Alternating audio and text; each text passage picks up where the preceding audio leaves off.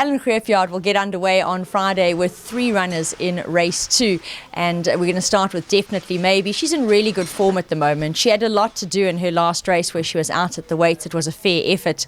Wildest Dreams, she over-raced badly in her last, and judging on her consistent form prior to that, certainly a run that you can ignore. And Double Destiny, Alan, you'll be hoping for improvement.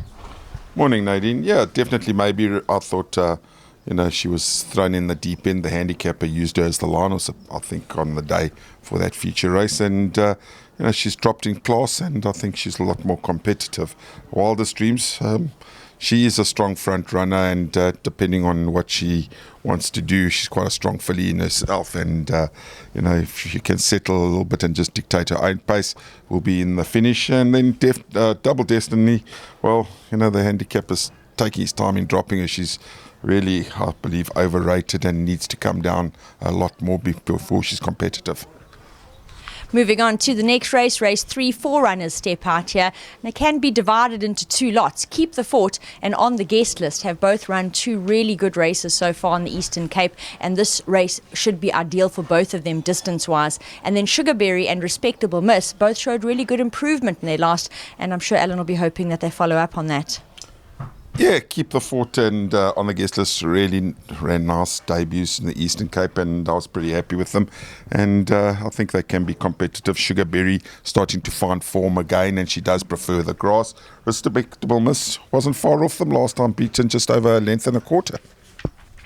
In race 4, we'll see St. Cloud step out for the yard for the first time. A starting point perhaps for her, it is a little bit sharp, but she's not without chance at getting involved. And Lady de Arbenville. Yeah, St. Cloud's a new filly to the Eastern Cape, and she's working quite nicely, and maybe a bit on the sharp side, but nice long running. She'll be powering home in the finish, and I wouldn't be surprised to see her fighting out the finish. I think, especially on her work, I'm very happy with it. Lady de Arbenville, we've now stepped her up to a bit more ground, and she's better than her form suggests.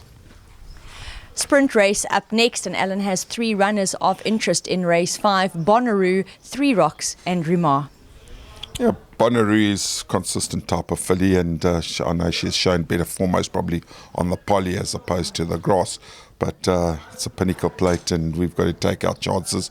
3 Rocks, it's the first time she's stepping up to a 1200. She's really speedy, and she's now in with the big boys, or big girls rather, although she's saying that she has run against them in open company as a 2-year-old. The 1200 may be a little bit of a concern, but I think she's good enough to be competitive. Ramar, she's up and down in the ratings, and she did win a 1200 first time up in the Eastern Cape, but we all go run to beat horse like Ikoria, who's getting the 4-kilo swing.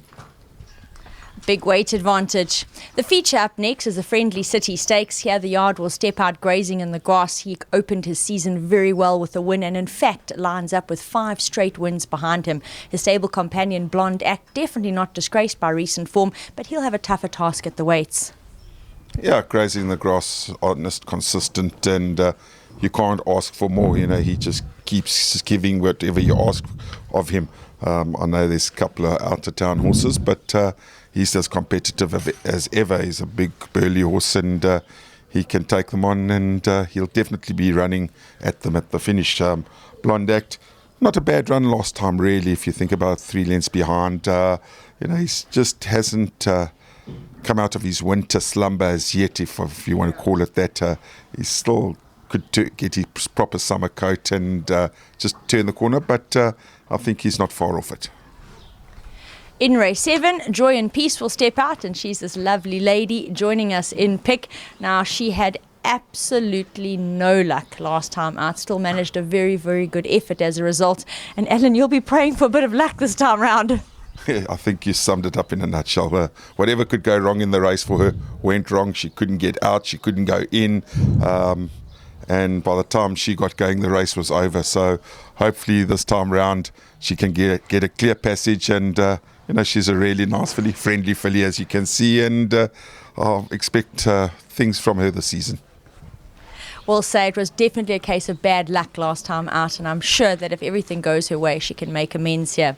The last for the yard will be Arturo in race 8. Yeah, Arturo just needed his run last time. It was first run after a little bit of a layoff, and as a 3-year-old in the new season. And I thought it wasn't that bad. He was just needed that run. I think we can find some more improvement out of him. Look for that improvement from Arturo in race 8.